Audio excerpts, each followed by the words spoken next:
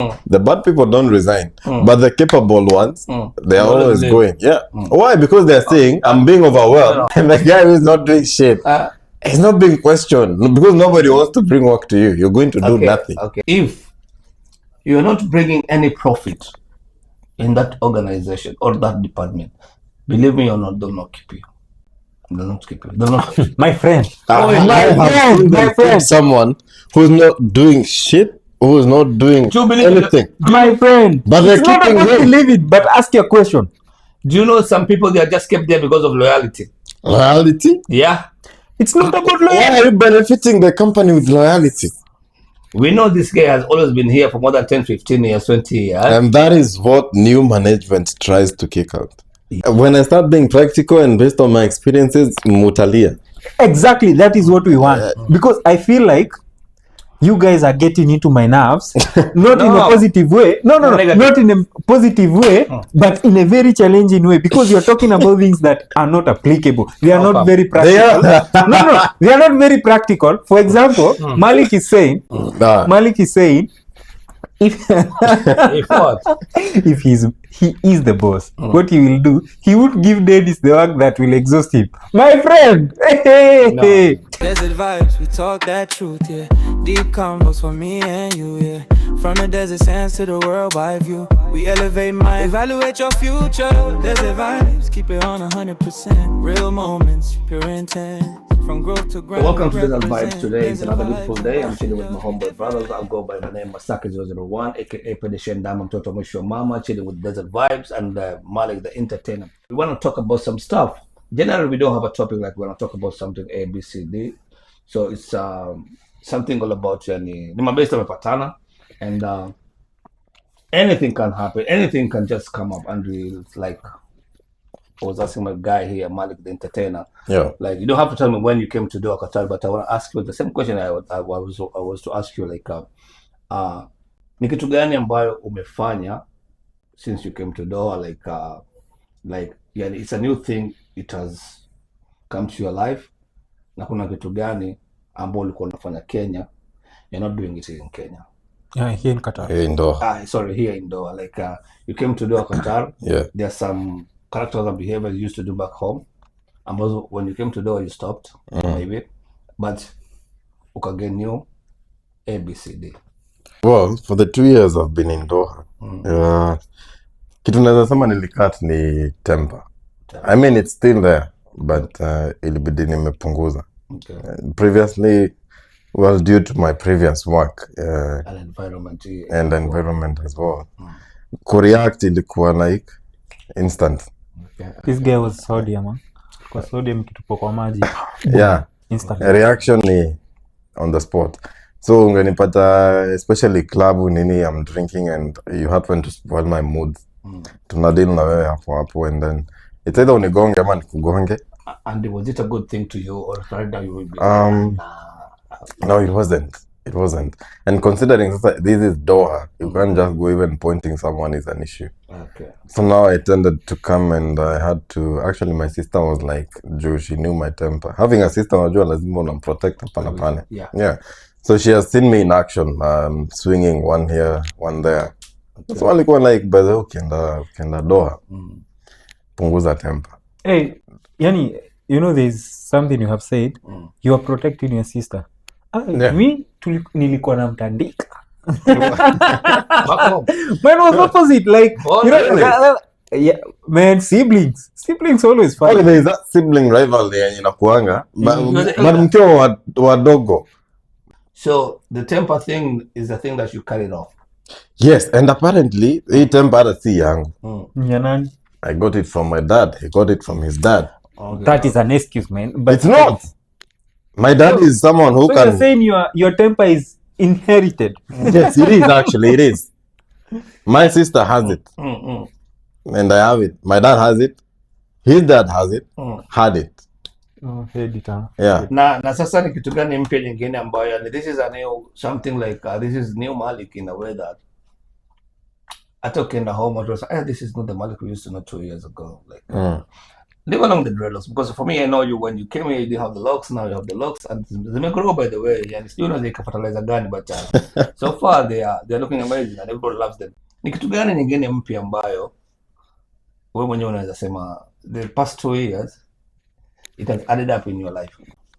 Well, let me just say like flexibility.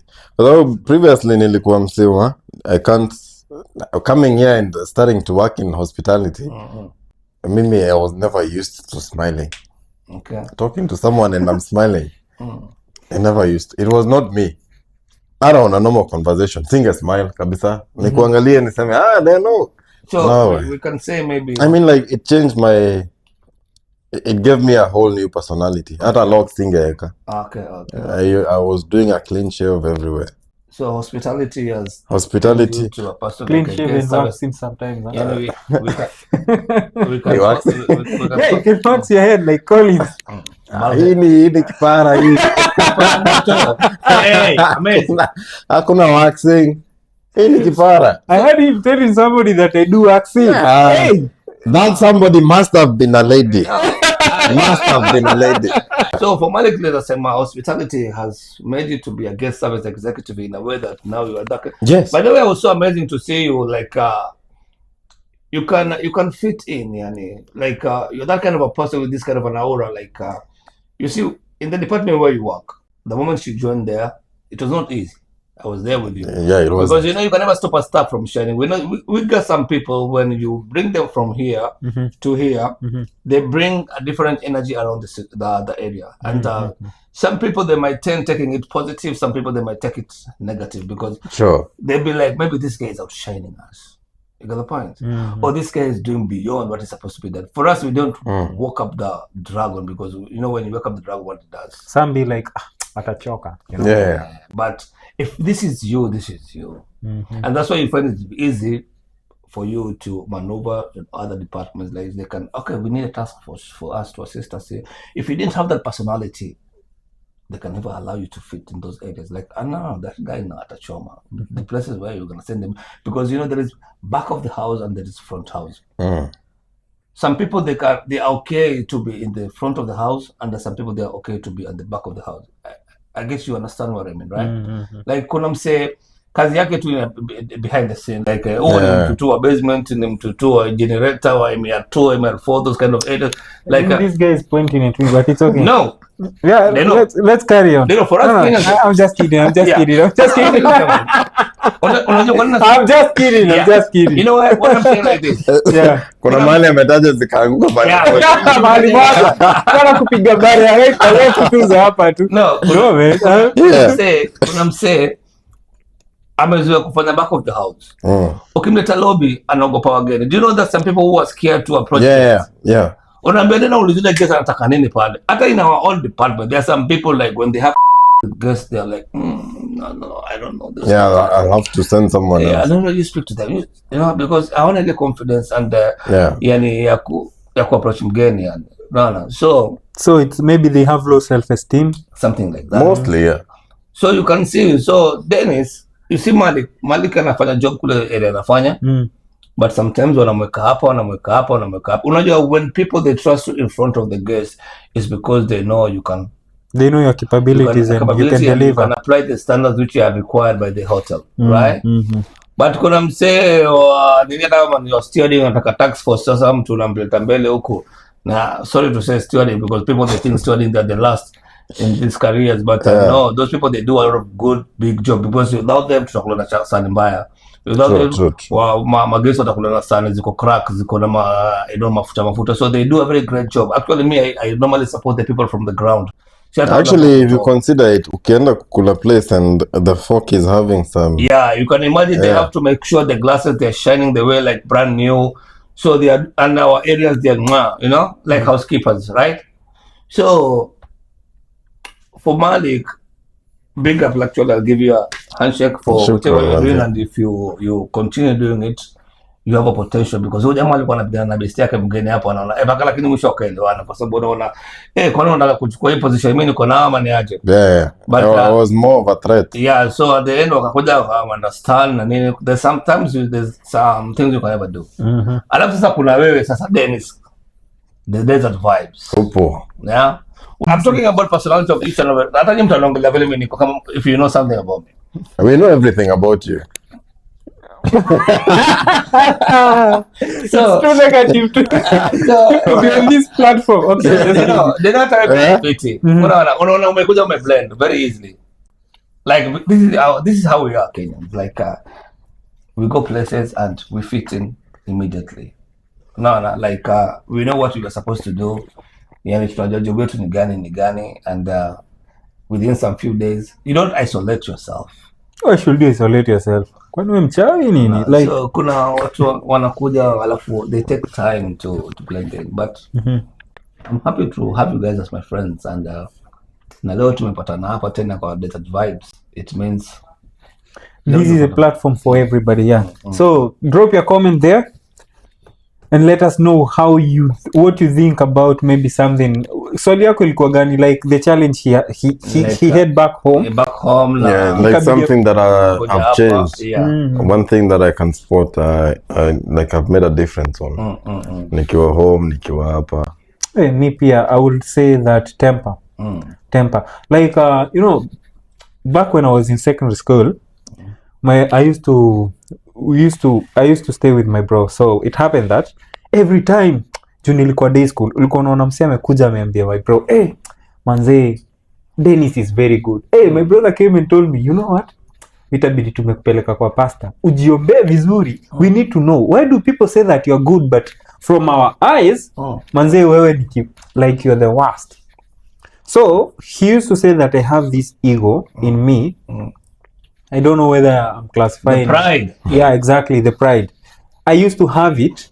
Ile yenye it's not even the pride, the ego itself. Like sitaki mtu anidominate, but I'm not showing it. I'm rude, but uwezi jua if ujanini sijakaa na wewe vizuri. The moment nimekaa naye ndo utajua. So alikuwa anasema niko na hii kiburi mbaya sana. Mimi mwenyewe sioni kiburi yenyewe because I'm interacting nicely with other people. Wanasema ni kibuli, kumbe wewe unaona kivuli. Bana. Unaona, acha nikwambie mwanzo. Unajua people they see people they're different. People they see what they want to see. I'll be honest with you. People they see what they want to see. Kwa sababu pengine to you it's who you are. But to us it's a different picture. What I'm trying to mean is like there's a time nilikuwa natembea resort. Na mimi natembea resort na kuanga askari ile design yani na kuanga kani ndo juu yani design yako. Ujue jamaa kama uko busy ama yuko busy, yani you cannot understand. Like hata nikipata na mtu akiniuliza what is happening in town, hata kama nilikuwa na labda nimekucheck tu mali, I can just create something even if you're not doing anything, just look busy. Yeah, look busy. No, there is a guy I actually mentioned of that. There's a guy in my department. He doesn't do shit. But he's always unaona like you're focusing on him, alafu nione you're focusing on me. Heri ya kule kucha.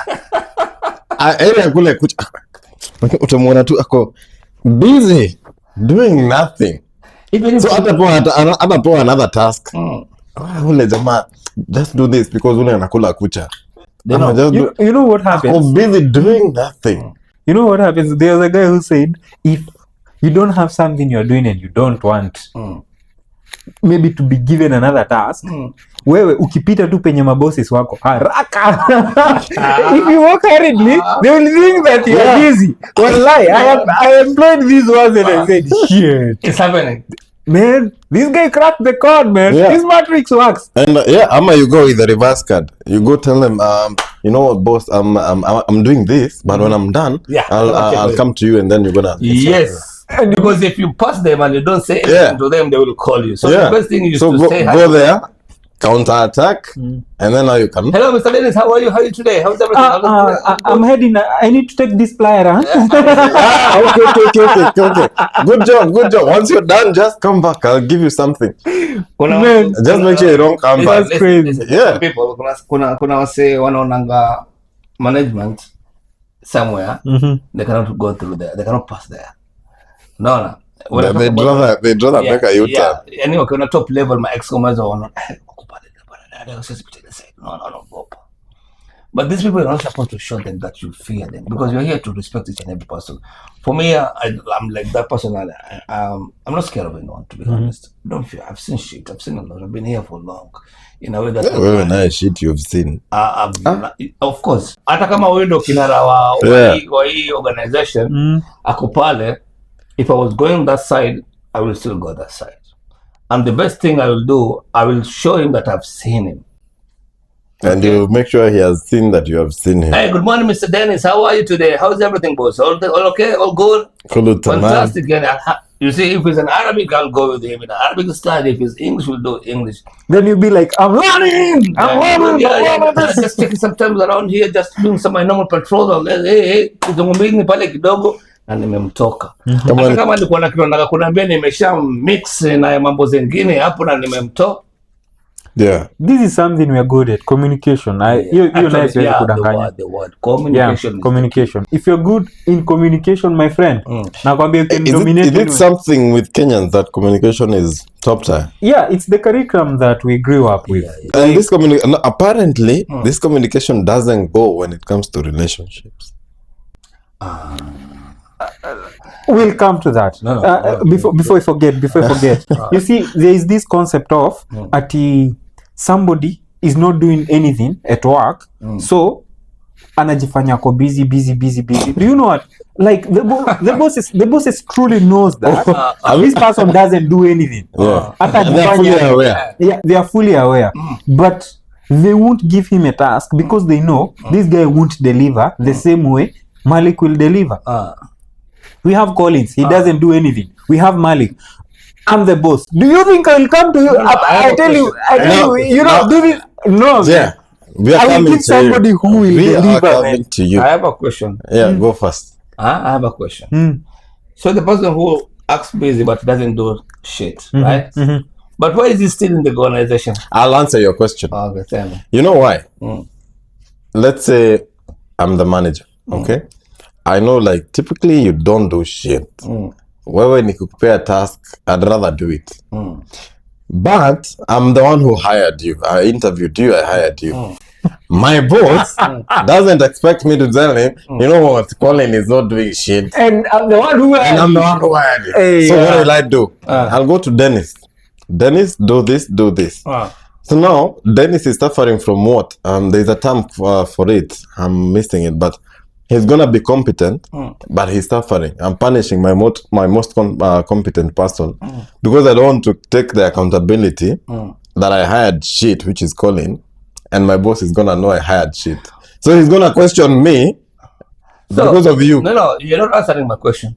So what's the purpose of that guy to be? The purpose is I'm retaining my dignity and reputation at work. But the manpower is less. Yes, that is why Malik can compensate that. So you whatever you can do, Dennis can do it, and he can do his own part. That is why you see in most companies, the bad people don't resign, but the capable ones, they are always going. Yeah. Why? Because they are saying, I'm being overwhelmed, and the guy who is not doing shit, he's not being questioned because nobody wants to bring work to you. You're going to do nothing. Okay, let me put it in this way.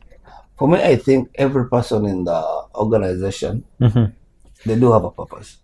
Everybody has a purpose, but somebody doesn't know his purpose. You're not executing. You cannot just take everything literally. Let us be honest, Mr. Collins. Dennis, let me put it this way. You're in this department, Malik is on this department, I'm in this department. We're all in different departments, right? But you're all working in one organization. Yeah.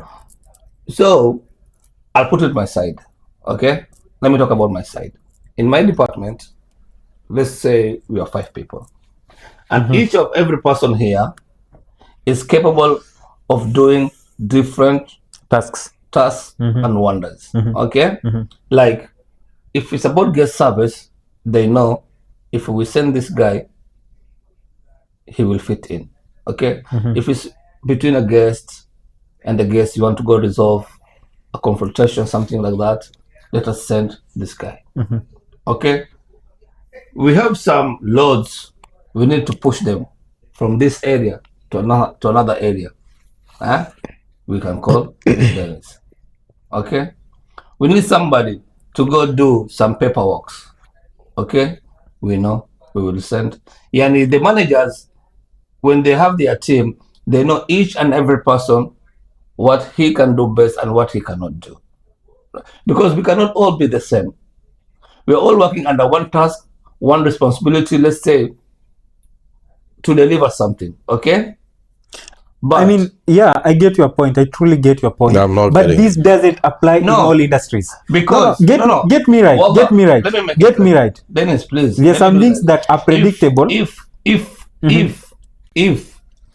you're not bringing any profit in that organization or that department, believe me or not, they'll not keep you.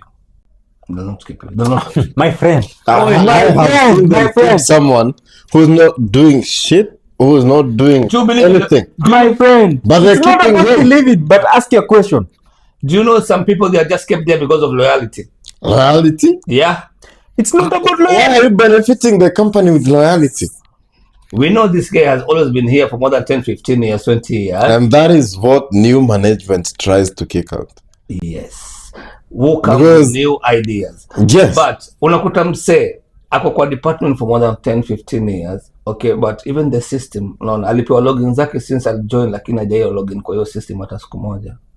After applying for vacation, he has to come and ask you, I'm going for vacation on this day. Can you tell me A, B, C, D about this? Yeah. But this guy, he's always there. He's always showing. Sick leave 0. Absent 0. They need someone to do A, B, C, D. He's there. Huh?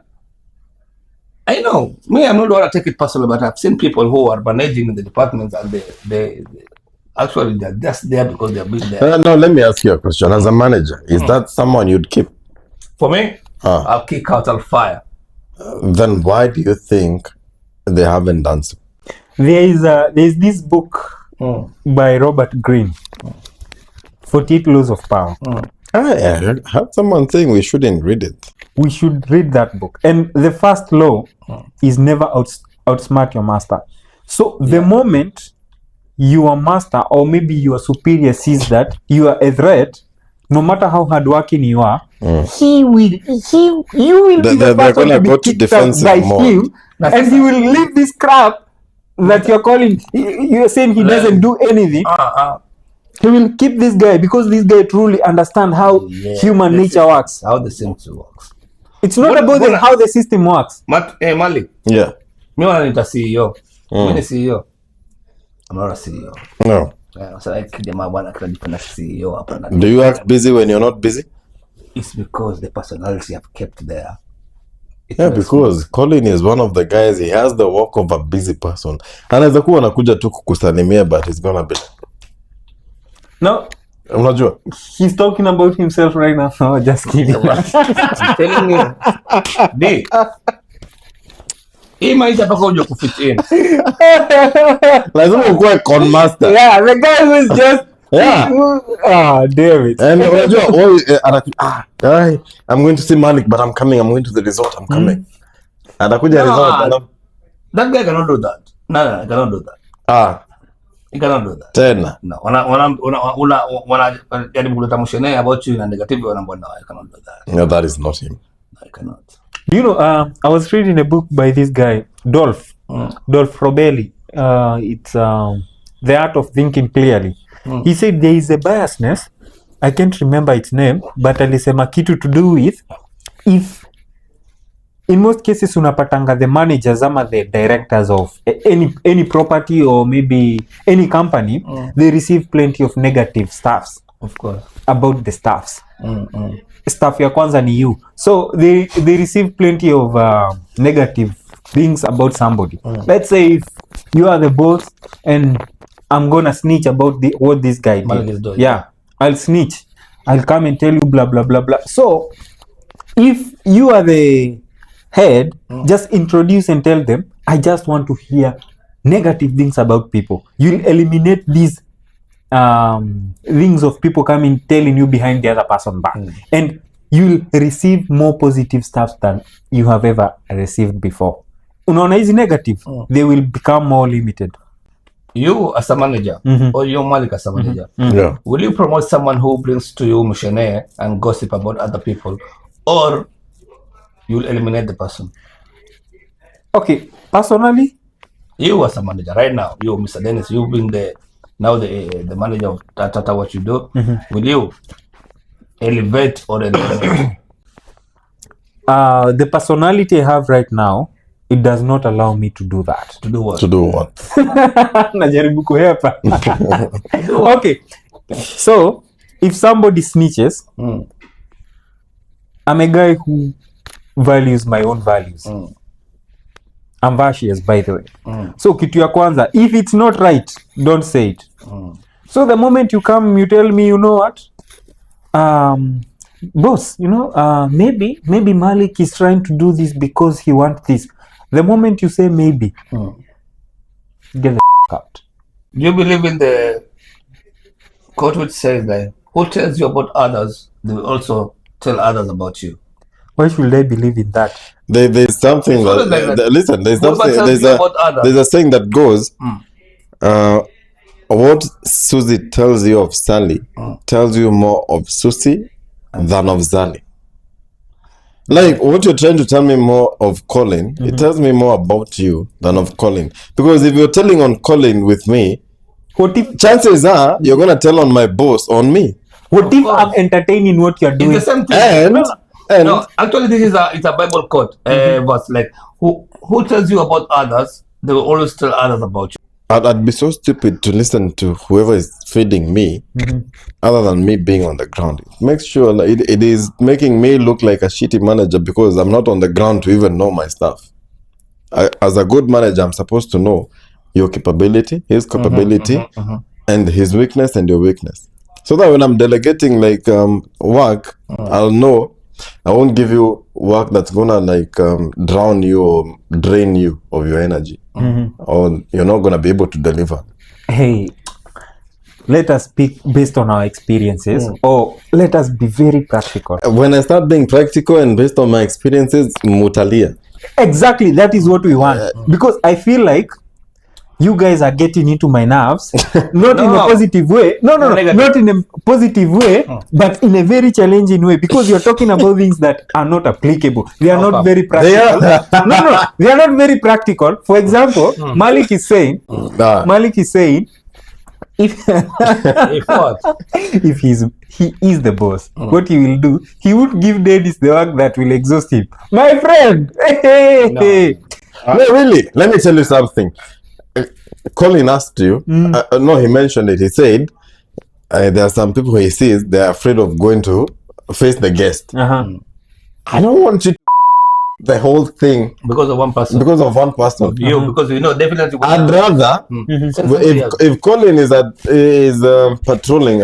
Colin, he has the more potential of come go talk to the guest. You go patrol. Because I know if I send you there, you're gonna freak out. I'm gonna have to come help you and the guest. And do you know the personality that you're seeing right now? Yeah. I can change this personality when I meet somebody else. You might be knowing one side off of work or off of work.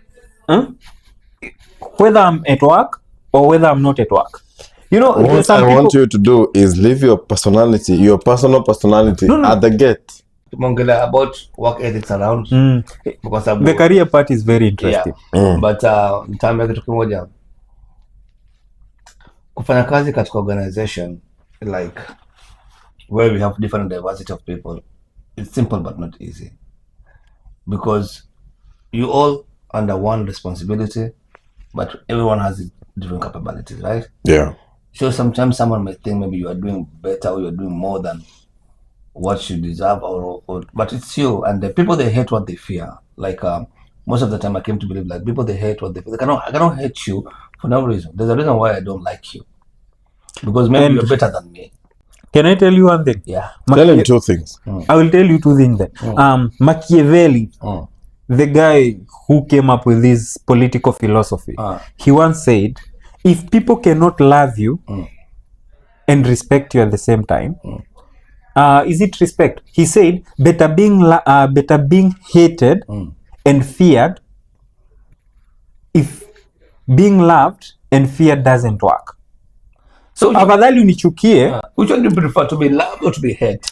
This question was asked to me on a certain interview. Oh my God. And they asked me, if we give you this role, would you prefer to be liked and respected, or respected I'll be hated. and be hated? I be respected Okay. and be hated. I told them, listen, I told them respected and hated, and they were like, why? How can people respect you? No, it's very possible.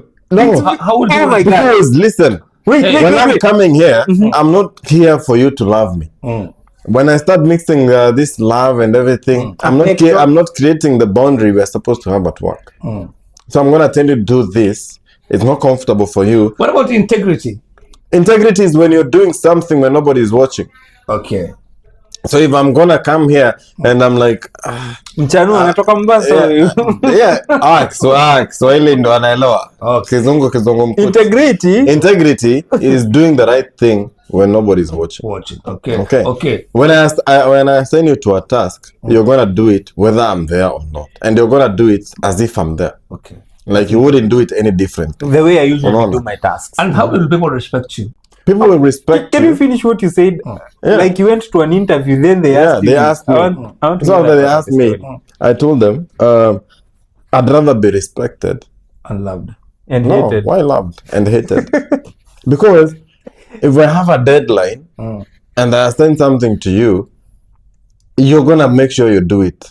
But if I make you like feel comfortable in my lines, you're gonna be like, there are not gonna be any repercussions. I'm not gonna be accountable. But when I make sure like you have to do it, I don't care how you do it, but we are gonna meet the deadline. Okay. You will do it. But this is why. Let's assume now this is man to man. Let's assume now you are a lady, and I'm trying to hit on you. It's because I want you to like me or love me. Okay? Or I want something from you. So even if I assign you a task, even if you don't do it, you have something on me. You can easily manipulate you can manipulate me. You're gonna be like, you can't do that to me. Like, hey, Mali. You're gonna give me a warning because I didn't do it. And then I'm gonna be like, no, it is my woman. I can't give her a warning. But if you respect me and hate me, so long as the work is getting done. How do people get to be respected? It's setting boundaries. So long as you set your boundaries. Do you know if... Let me tell you something.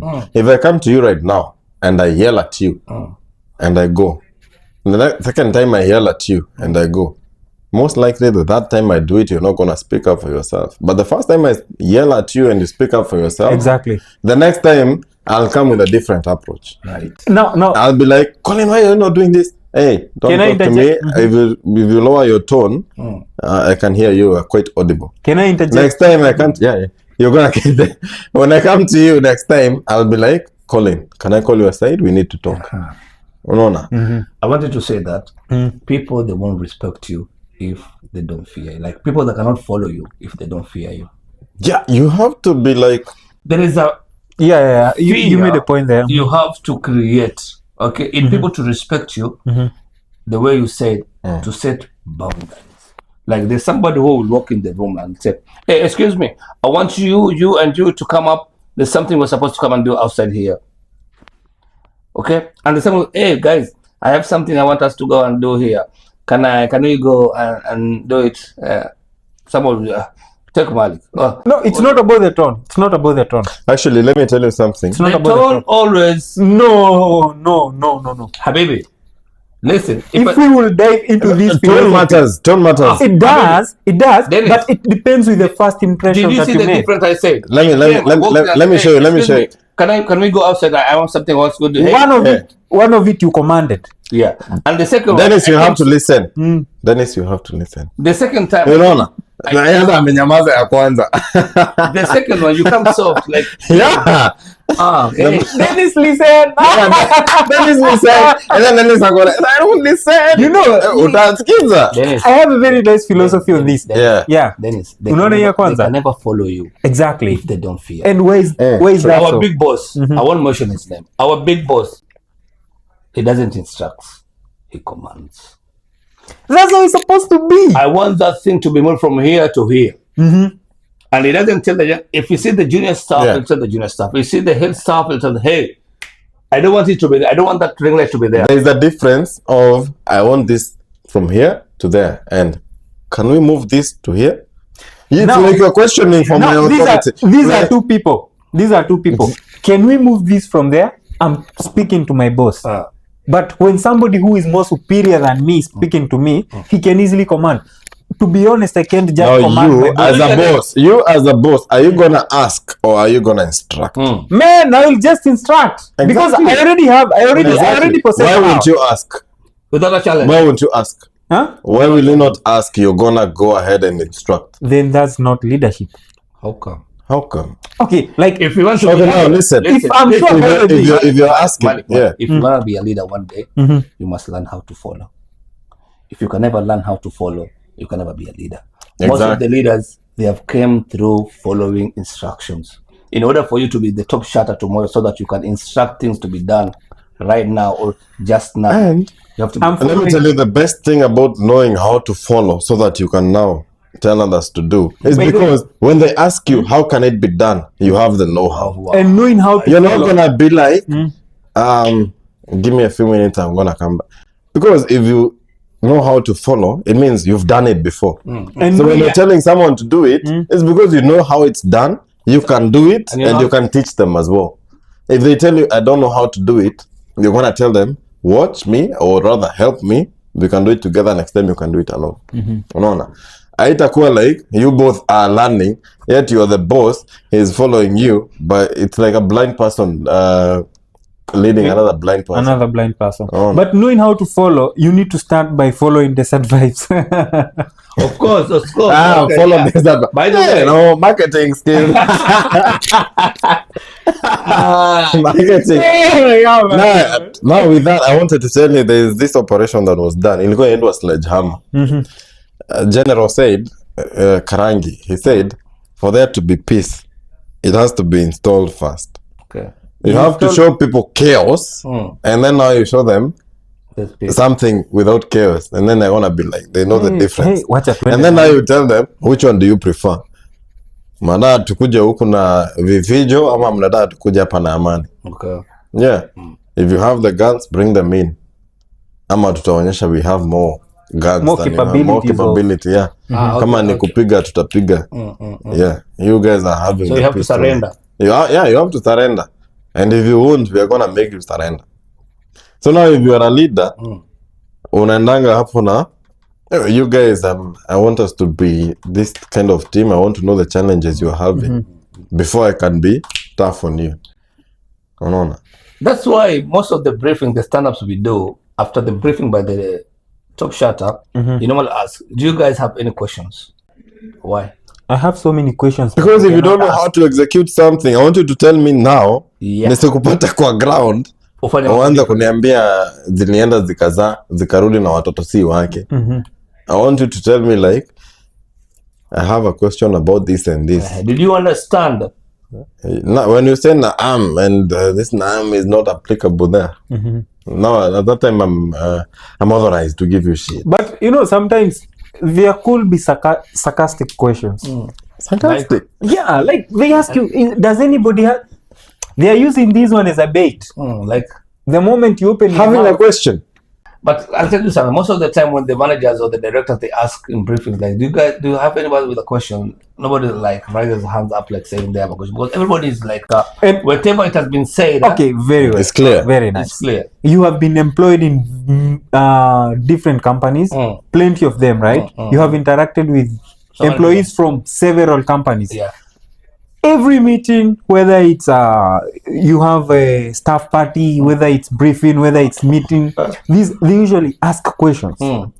On anybody else with blah blah blah, nobody raises hand. But the moment you leave People they start. the meeting room, they say blah blah blah. Why One didn't you group, say yeah, inside one. there? Why? That's Why? bullshit. That's bullshit. It's bullshit. It's bullshit, right? It Why is, did it is. It is. I agree. But Because why if- didn't they say? If you had a question and we were asked if anybody has a question, can you bring up your question? And you didn't answer. And then we come up outside the meeting room or the briefing room and you start like murmuring around like, hey, but we were supposed. No, that's bullshit. My question is No, why? My question is a Yeah. very simple one. Why didn't they raise the question? inside the Because they meeting were room? not capable enough, or with the the guards some people, they cannot speak up. They have ideas, okay, but they don't know how to table them, to spit the idea out. Why do you think when you go to the interview, an interviewer after the interview will ask you, do you have any question? You all go silent because you don't know. Yeah, I normally say I have a question. Yeah, I usually have questions. At least it shows you interest, like beyond what we wanted to know. Is there something you want to know? Do you know why the interviewer asks you, do you have a question? At that time, you don't know if you have been selected or not selected. Yeah. But the interviewer asks you, Dennis, do you have a question? She's trying to be, or he's trying to be professional. No, not about being professional. This is, it's about script. You. In most cases, it's about me or the other person who is being interviewed. Do you know what does it mean? It means, before you tell me, I think for me, what I think, I think when they tell you, like, do you have a question? They want to see, like, your capability of thinking, and they want to see how you can actually, like, initiate something that's besides what has been talked about. So they have been asking you the questions. Now it's your turn to now ask them the questions. The question actually, what it normally means, like, do you have a question? It's like, have you understood everything we've talked about here? I might be having a question. It's not just limited to that. I might be having it's broad. It's broad. Exactly. Because, like, okay, they have asked you everything, you've understood, but you want to make sure, have they understood what you've told them? Because I can go like, okay, how I normally answer those questions is, yes, I do have a question, and then you go ahead. I'd be like, with the information that I've offered you, is there something you'd want me to clarify on, or something you want me to go into details on, to make sure that this interview goes through without you guys having any issues, or making sure that you guys have enough clarity? Right? I think these guys doing rehearsal. Are you planning to change? No, before you go to an interview, I'm not comfortable. I am not comfortable. Go for an interview, you have to do your research, and you have to do your research very well, because most of the time, questions, they are always the same questions. Because tell me about yourself. Tell us what you know about this company. They like to know, have you done your research? Like, can you make it more practical? Of course. Okay. Yeah, sure. I was the interviewer. I have asked all those questions. Do you have any question for us? How soon can I join the company? It will depend with the procedure that we will submit. You know why I've said that? Because I believe I've already been selected. Is it my turn now? Yeah. Ask the question. Do you have any question, Mr. Malik? Yes, I do have a question. Actually, I have to. When I join the company, what can I expect from the learning and development team? Like, what, depending on my role and this role that I've applied for, what can the company help me in growing regards on the same role? That's a good question. Because I'm anticipating you guys have given me the job, but I want to see, are you guys gonna depend on what I know, or are you guys gonna add on what I already know? You have to go with the positivity whenever you're going to the interview. This being my 5th company, I've seen a lot of interviews. I've gone to a lot of interviews. And is that giving a question? You already said this after asking the many questions, right? No. No, I'll tell you something. Listen. We are listening. I'm listening. Interviews are tricky. And interviewers, they have 5 people outside there. You being maybe the 6th person, okay? Yeah, I get it. So sometimes it becomes so hard for them to select. Because it's not so hard. It is. Because you're going to find people. It is. Like they know about the job description. They know what is supposed to be done. But, okay, let me say I'm interviewing a waiter. Okay? Yeah. But this waiter, whatever they're giving me is, let's say I'm a guest and he's a waiter. Can I have some water? Absolutely, ma'am. I'll give you some water. That's one person. Okay? And then there's you, the second waiter. Can I have some water? Yes, ma'am. Would you want steam or sparkling? I will go in there. Okay? Would you want room temperature or cold? You said that I'd consider you. He knows what he's supposed to do. It's the same water. Okay? It's the same water. Same question, but the different people. Okay. But for him, he's not serving only, he's doing service. For you, you're doing like both service and emotional service. You care about my preference. You care, do I want sparkling? Do I want still? And apart from that, do I want it room temperature or cold? See the difference. Okay? Whatever you're doing, you're not just doing service, you're doing proactive service, and also you're doing emotional service, which this emotional service is more of what Forbes is dealing with. They don't want you to just do the BSA, the basic standard. You know, they want you to go more to emotional service. I get so I'm gonna go with you. I'm not gonna go with Colin. He knows what was right also. Okay? Both you guys are right, but you're going the extra mile. And someone said the extra mile is never crowded. So I'm gonna go with you, not him. I get it. So we are talking about we have limited it to hospitality. You have worked in different company which is not in hospitality. An example is me. I have worked in mechanical fields, by the way. So the moment you go to mechanical fields, they check more when it comes to not only the verbal interview, the practical part of as well. I understood. So something I should advise somebody outside there, it's the confidence that you have. What kind of mechanical did you do? Mechanical engineering. Specification? So, specification, I'm a guy who has done welding. I'm a pro in welding. I can't say pro. Is it Premiere Pro? No. Premiere Pro is editing software. Okay, let's just say mechanical welding. Welding Pro Max.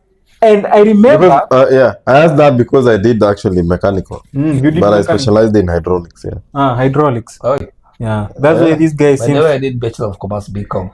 Yeah, I was so much into business and commerce in a way that I wanted to be an entrepreneur. And my main focus was to be a bank cashier, not a teller.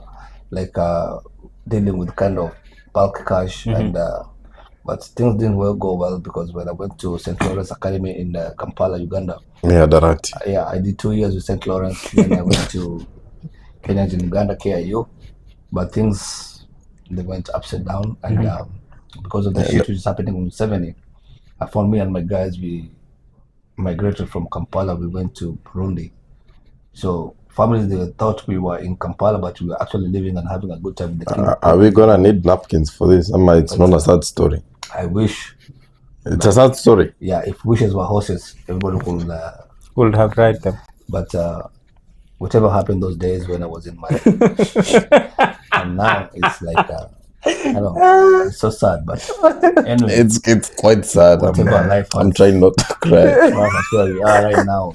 We just have to push. So anyway, it's a good vibe today. I'm really glad we got a chance to sit all of us here and talk about it. We talk about career. By the way, career is very interesting. And career is really affecting a lot of people. Exactly. And this is where we should grind on, by the way. Especially Kenyans. I don't know where we go wrong. It's not about Kenya. No. See, Kenya is na pombe.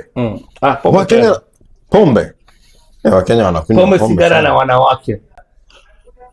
Pombe, sigara. Yeah.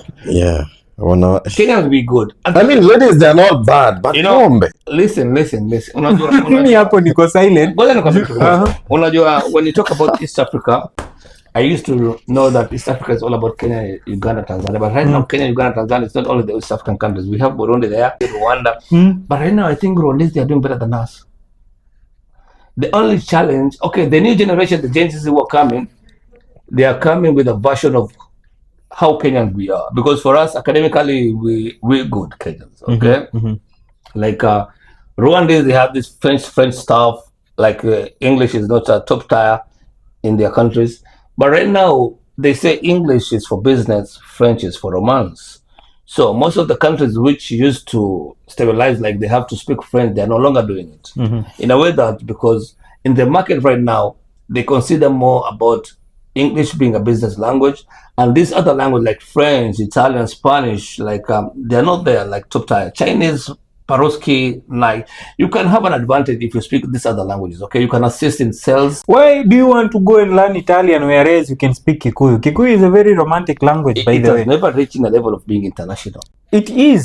What? Who said?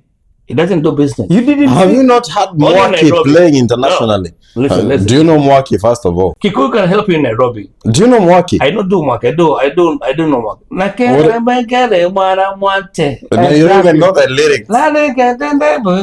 Forget about Disappointment. Disappointment. So What? You said that. No, the mirror. Yeah, the same thing I said. Hata aibu episode hauna. inafaisha. Hata aibu hauna. By the way, Okay. marking the end of this episode. Yeah. Marking the end of this episode. One takeaway for somebody outside there. By the way, this episode is worth your time. Hiyo si ati mseme sijui nini. Yeah. And one takeaway mtu achukue pale with very few words. Okay, maybe I'll say Kenyans, especially in Gulf. I won't talk about Qatar, Dubai, Kuwait, Bahrain. As Kenyans, let us lift our socks. Like, let us be the Kenyans the world has always known us as Kenyans. What I'm trying to mean is like Kenyans tumekuwa top shatter, but I don't know right now kwa nini inatokea design yani when you go places they don't consider Kenyans anymore like the way they used to say Kenyans. You are the Promax now. Small countries like Burundi, not Burundi, Rwanda.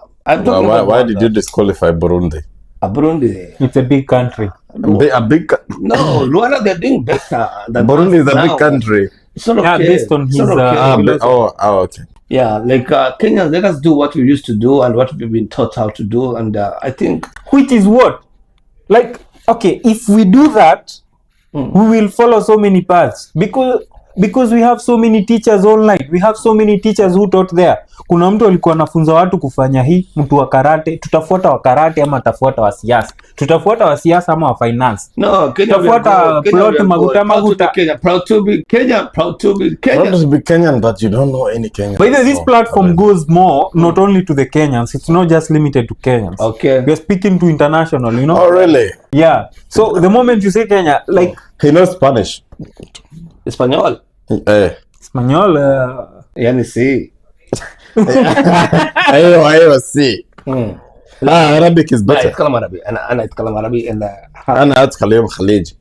كم سنة هذا في الشغل هذا في قطر. قول والله هذا في السنة يتكلم شوية. هذا الشغل لازم يتكلم شوية بس يعني أنت في الشغل هذا في قطر لازم يعني أيوة. يعني سبسكرايب لا يعني لازم أنت بعد الكبين لازم هذا شوية بس سبسكرايب فولو أنت لايك يعني أكو شمزيين أنت بخير يعني أنت في رمضان في الدوحة يعني شو معنى يلا داونلود يا download anyway pick it out.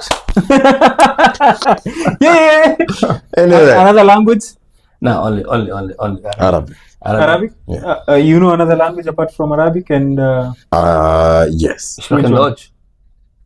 Kikamba inahesabiwa. He said international, you forgot. International. Yeah. Spoken Dutch. Guten Morgen, I don't. No, guten Nacht ist Spoken Dutch ein bisschen etwas kleiner für Kollege. Warum ich schlafe alleine? Do you know there are gonna be Germans looking and they're gonna say that? Warum ich schlafe alleine? Ich habe keine dem Frau Bummentegger. What does You've said everything apart from anything, but it's fine. Yani ich habe keine mafranga. You don't know mafranga? Utaenda hivyo usema mafrumbanya wewe. Okay. Mafranga ni nini? I'm gonna speak Hindi. Subscribe bre karega. How do they say it? Kuch nahi. Kuch nahi. What does it mean? Kuch nahi, no problem. Kuch nahi bhai. Kuch nahi? Yeah, kuch nahi karega. Subscribe karega. Sahi hai. Yeah. Salute. It's a wrap. Okay. Mr. Malik, before we hang up, Sit your one dedicated small- one song from California Jones, yani Uspime. It has been a great Uspime. Yeah, Uspime, yani play Uspime by California Jones, and kwa sababu tunasema kwa nini Uspime, kwa sababu the show we believe it has been vibe and vibes only. We're gonna learn a lot of stuff around this show, and wait for the next episode. We're gonna talk much about everything. Maybe you think we're gonna highlight a lot of stuff. Today we are talking about careers. Tomorrow we're gonna talk about so much in detail. I think we should take more time on career, by the way. Right? Because I feel like mumeni limit sana kuongea. I need to spit all these things out because we need to be more practical, by the way.